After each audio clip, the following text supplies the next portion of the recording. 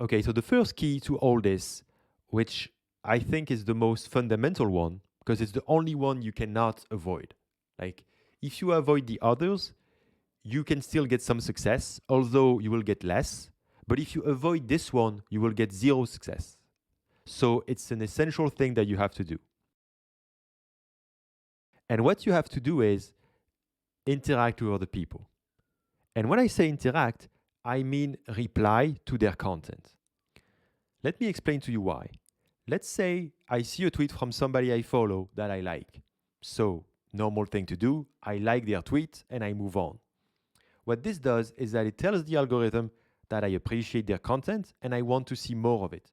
So the algorithm is going to start prioritizing their content to me. Makes sense. But now, what if I reply? If I reply, it's the same thing. The algorithm thinks I like them, so it's going to prioritize them to me. But the thing is, if I reply, odds are they will reply back to me or like my reply. And in doing so, they will tell the algorithm that they like my stuff. So the algorithm is going to start prioritizing my stuff in their feed. So it's not just me liking and getting more content like it, it's me liking and interacting with them, which will mean I get more content like it and they get more content like it. So they get my content more and I get their content more. And this is a very subtle thing, but this is why when you start engaging, you start growing. Because by replying, you allow people to interact back with you. And when they interact back with you, they tell the algorithm that they like you. And so you start being boosted in people's feed. If you get into the habit of engaging with people and start engaging, let's say, with 20 people every day by replying, not just liking, that's 20 people every day who will send a signal to the algorithm that they like your stuff. That's 20 people every day in which you will have priority in their feed whenever there's a chance of showing one of your tweets. And it adds up very fast. If you do that every day, in a couple of weeks, you have hundreds of people like this.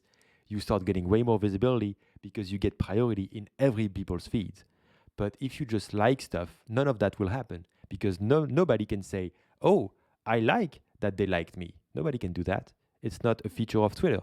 You have to reply to someone to give them a chance to interact back with you. Now, another reason why you want to reply and not just like tweets is that it gives you way more visibility to the person's followers. Because, the replies have so much value in the world of Twitter and they are put forward so prominently. Whenever somebody follows someone, they will see a lot of the replies happening under their tweets. And they can, appreciate what you said. They can want to check out your profile. They will be curious about you or they can reply back to you.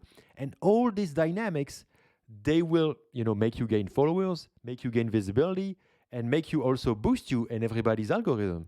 Because if you make a really cool reply to someone, you will probably get a few likes for other people. And this is again a signal to the algorithm that your content is cool and they should see more of it. So that's why the beauty, of doing this and of spending most of your time replying instead of just tweeting is that it's the quickest way to tell the algorithm that you should have priority, not just with your replies, but with all of your tweets. Another thing is that by doing that, you build a much stronger relationship.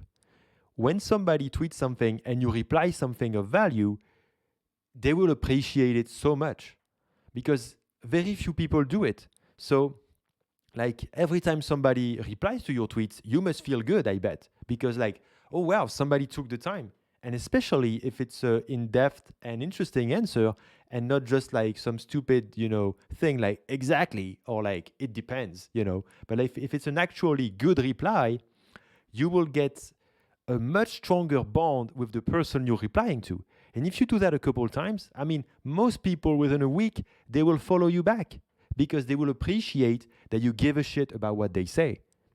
And it even works with big accounts. For example, me right now, I get a lot of notifications. I get so much likes and replies to my tweets. So to be honest, I never know who likes my tweets because I don't even check Because like I get hundreds or sometimes thousands of likes in the same day. I don't see it. But whenever somebody replies to me, I check because, I see it way more prominently in my notifications. So that's why whether you're replying to a small account or to a big account, again, you should be replying and not just liking. Because by replying, you make yourself visible to the author of the tweet and also to followers of the author of the tweet. So whenever you are in doubt, don't just like, reply something. But now when you reply to people, there's basically two types of people you're going to reply to. You're going to reply to people who are more like your peers, so people with the same number of followers as you or less. And then you're going to reply to people who are more like stars in your field, so people with way more followers than you.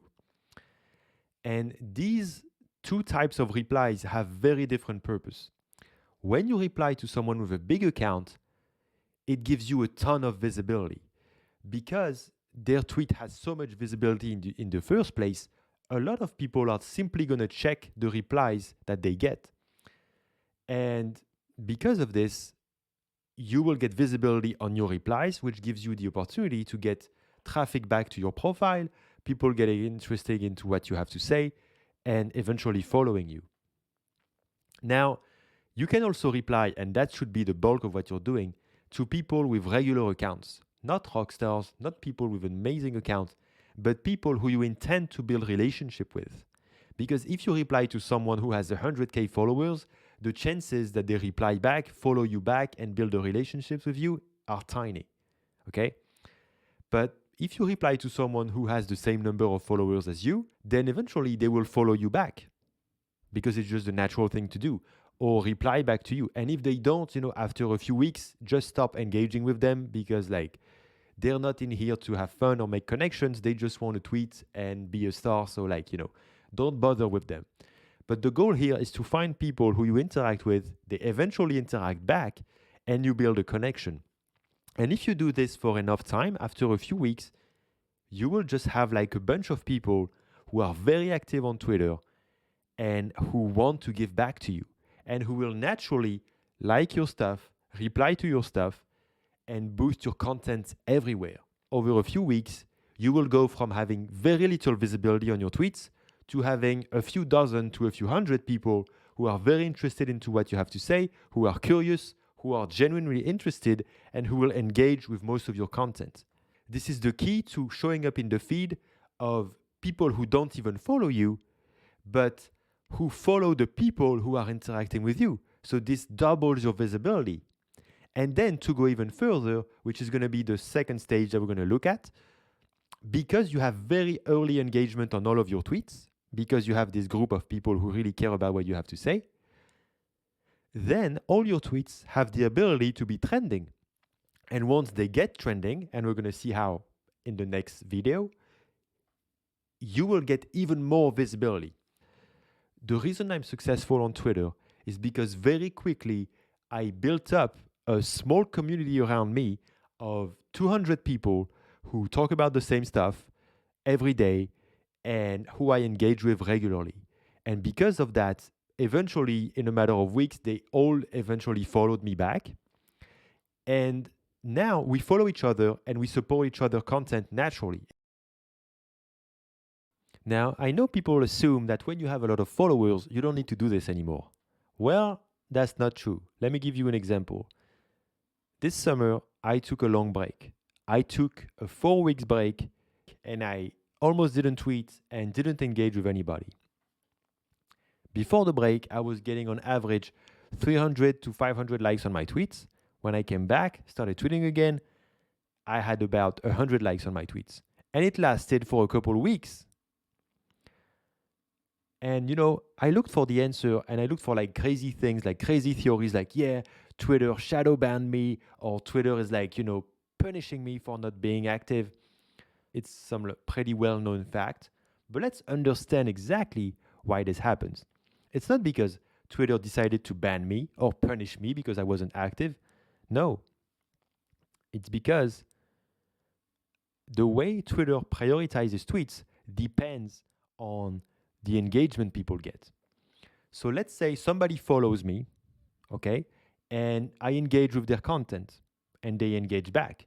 So they are telling the Twitter algorithm that they like my stuff and they want to see more of it. So at this point in time, I'm a top priority in their feed, and whatever I tweet, they see it on top of their feed. Awesome. Then I go away for 1 month. During this month, they are still active on Twitter. So they are engaging other people and they are sending signal to Twitter that they want to have other people priority in their feed. So over time, other people start climbing up and the algorithm understands that they should have priority in their feed. But because I'm not active on Twitter, over time, people start catching up to me and they go above me. And eventually, when I come back to Twitter, I'm like, instead of being first in the position list, I'm number 25th. And I get way less impressions because my followers don't see me first anymore. They see me like 5th or 10th or 25th. And so it takes a while to build back my engagement. And to make this point even clearer, let me give you a very fun example about that. End of 2021, between December 20th and January 5th, I got COVID. So I was forced to take a Twitter break. But the funny thing is, when I came back from the break, I hadn't lost any engagement. So I was like, okay, that's weird. I'm supposed to lose engagement. Everybody knows when you take a break, you lose engagement. But you know why I didn't lose any? Because everybody was taking a break. So nobody was on Twitter, nobody was engaging because it was Christmas. So nobody was engaging and nobody was building relationships. So there was no signal to the algorithm that this person should have priority, that person should have priority. It was completely dead for a couple of weeks. So when I came back, the priority tree was still the same. I was still top of the priority for a lot of people and nothing had changed. And that's just further proof that it's not so much that Twitter bans you or punishes you. It's just that it's just a competition. Relatively to all the people that somebody follows, how much do they engage with you? And if you're the number one person they engage with because you reply to their content and so they reply back, then you will have priority.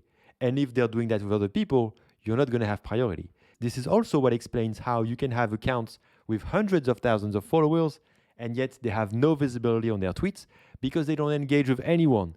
So over time, they got down the priority list that they were in. And so now, even if they tweet something, they are like position 200, so nobody ever sees their shit. And even if they have lots of followers, nobody sees them. So that's why you should focus less on followers and more on engagement and building relationships. Now, this course is heavily focused on the algorithm, but behind all this, there's no secret tricks. It's mostly just human social behavior. If you engage with people, most people will eventually engage back with you because when you give something to someone enough times, eventually they notice, they appreciate it, and they want to give back. You can completely remove Twitter from the equation here. If you're at a party and you don't know anyone and you want people to listen to what you have to say, you don't just start talking because nobody's going to give a shit about you. No, what you do is you start mingling with people, listening to other people, trying to insert yourself into conversations by replying to something when you have something valuable to say. And over time, if you go to the party like 10 days in a row, people will start to know you, they will start to appreciate you. And when you have something to say, they will listen. That's exactly the same here. And this was happening to me even before I had a big account. When I had 200 followers, I was bringing value to people and they was following me back, even if they had a big account. Even me right now, I have a big account now, but if you engage with me, bring quality all the time, and you have some interesting tweets on your feed, I will follow you. It's a natural human behavior. It's not about tricking the algorithm. It's just about building relationships. And by building relationships, the algorithm is going to start loving you way more, But for that, you have to show it that you're building relationships. So that's the only thing where we're actually, focused on the algorithm is that if you just like, it doesn't send any signal. But if you reply, it creates all these opportunities. So don't overthink it. Just engage with people, try to bring value, try to be nice, try to make friends, and eventually you will.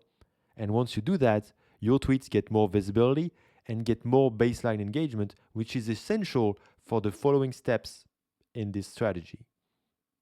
In the routine section, as we build up your routine, I will go into more details about who to follow, how to find them, how to organize them, and how to, keep your head sane as you go through all these accounts every day.